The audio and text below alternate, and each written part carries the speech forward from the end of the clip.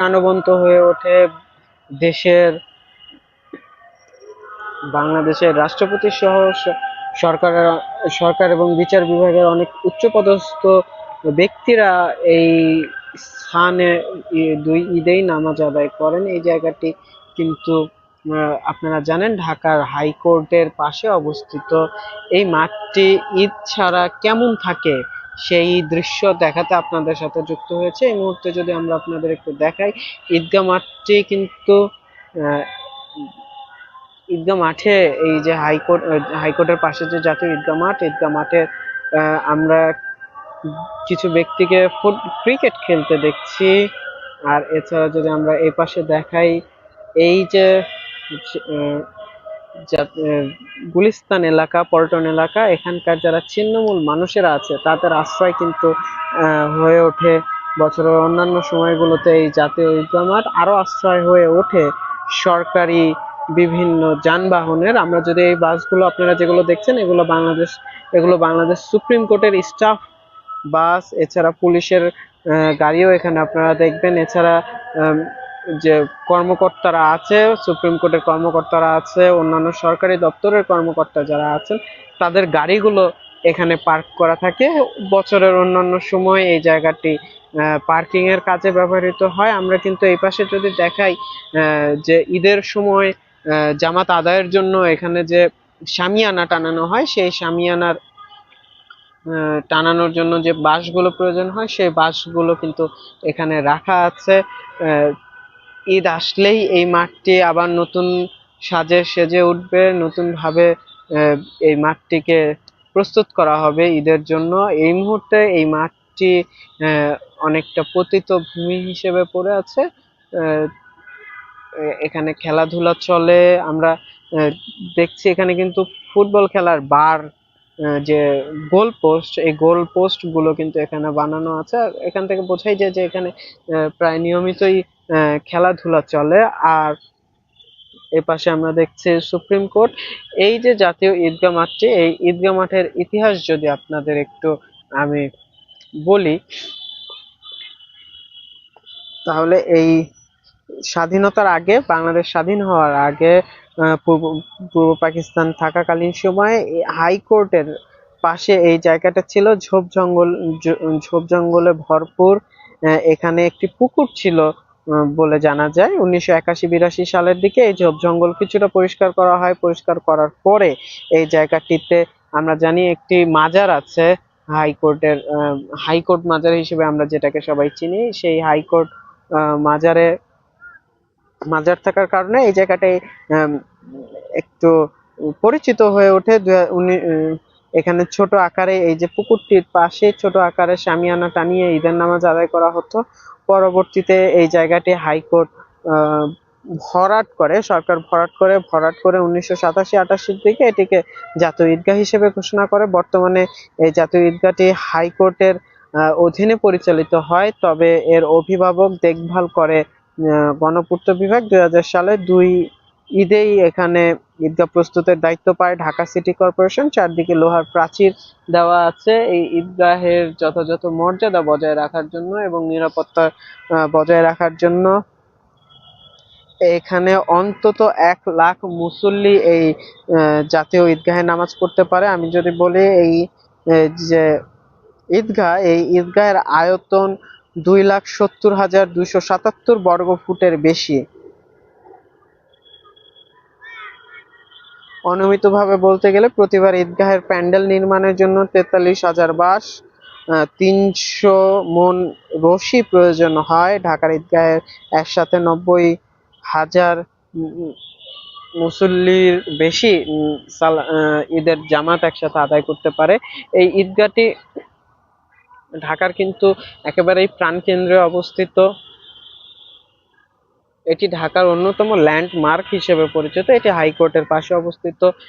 বছর 2 ঈদ ব্যতীত এই যে প্রাঙ্গণটি, ঈদগাহ মাঠের প্রাঙ্গণটি, এই প্রাঙ্গণটি হয়ে ওঠে ছিন্নমূল মানুষের আশ্রয়।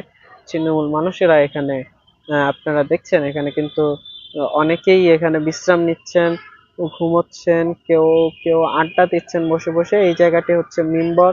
এখানে ঈদের দিন এখানে ইমাম দাঁড়িয়ে এখানে সালাত আদায় করেন এবং ঈদের খুতবা প্রদান করেন। আমরা দেখছি একটি গাড়ি বহর বের হয়ে যাচ্ছে এই জায়গাটি দিয়ে, হাইকোর্টের দিক দিয়ে। এটি কোনো বিচারপতির গাড়ি বহর খুব সম্ভবত, অথবা প্রধান বিচারপতির গাড়ি বহরও হতে পারে।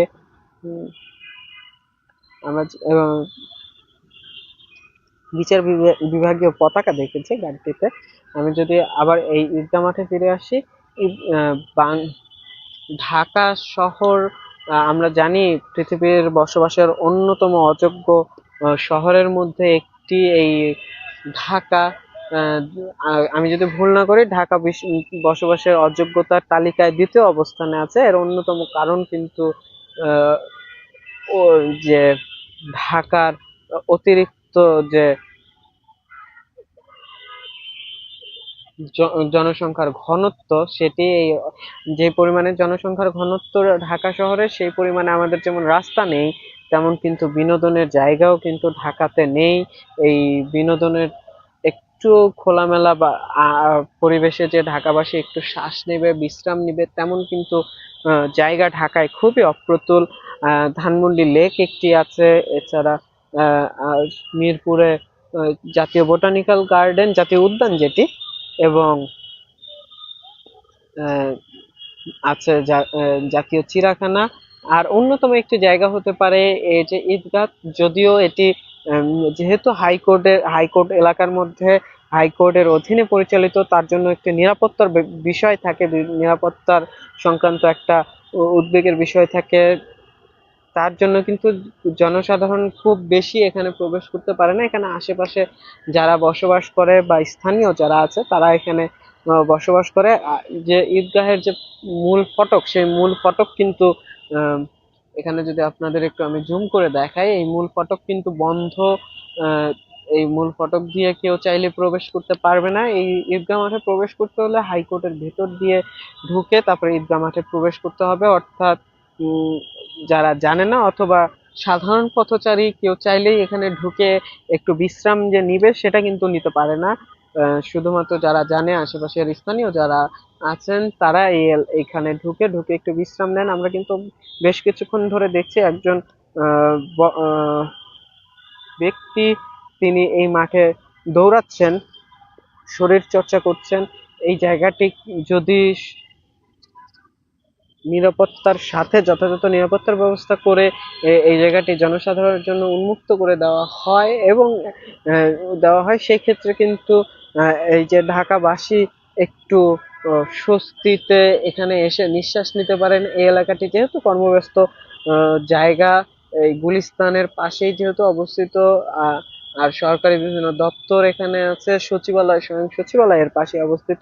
এখানে যারা আসেন বিভিন্ন কাজে, তারা চাইলে এখানে একটু বিশ্রাম নিতে পারেন, যদি এটিকে উন্মুক্ত করে দেওয়া হয়।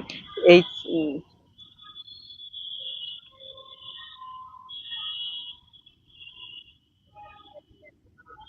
আর এছাড়া তো এই যে জায়গাটি পার্কিং এর জন্য ব্যবহার করাই হচ্ছে। আমরা বিভিন্ন সরকারি দপ্তর এবং এই যে হাইকোর্টের বিভিন্ন কর্মকর্তার গাড়ি এখানে পার্ক করা থাকে। হাইকোর্টের কর্মচারীদের যে বাস, সেই বাসগুলো কিন্তু সারি সারি বাস এখানে পার্ক করা আছে।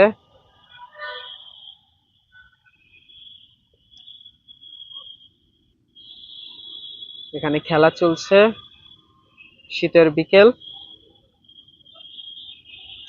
শীতের বিকেলে খেলা করছে দুজন শিশু, দুজন যুবক বয়সী লোক।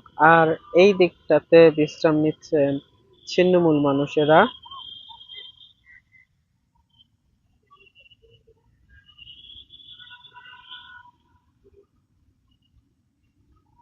আমরা আপনাদের সাথে যুক্ত আছি ঢাকার হাইকোর্ট এলাকার জাতীয় ঈদগাহ থেকে।